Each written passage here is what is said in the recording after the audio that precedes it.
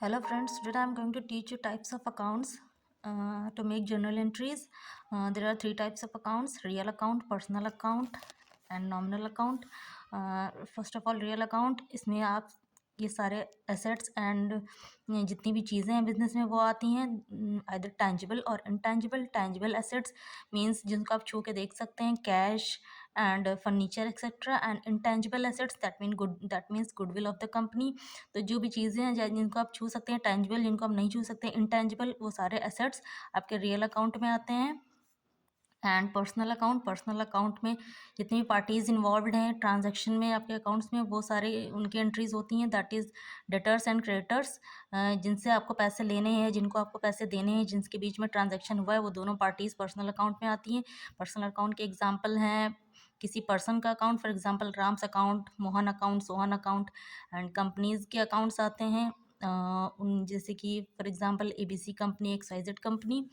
And nominal account में आपके सारे प्रॉफिट एंड लॉस अकाउंट से रिलेटेड आइटम्स आते हैं, जितनी भी इनकम आपको हुई है या एक्सपेंसेस हुए हैं during a period of time आपके बिजनेस में, वो सारे आते हैं। फॉर एग्जांपल आपको इंटरेस्ट अर्न हुआ है, that is your income.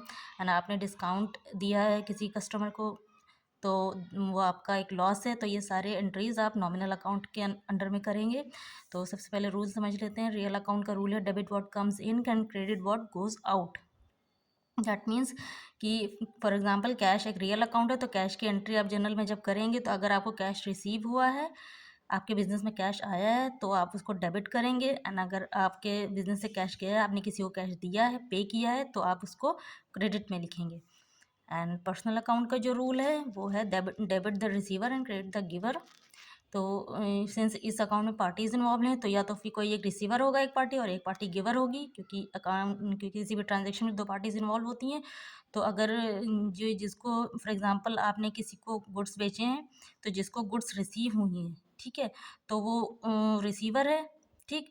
And जिसने गुड्स दी हैं, जो सेलर है जिसने गुड्स दी हैं, तो वो जो सेलर है या गिवर है, वो क्रेडिट के उसमें अंडर में लिखा जाएगा।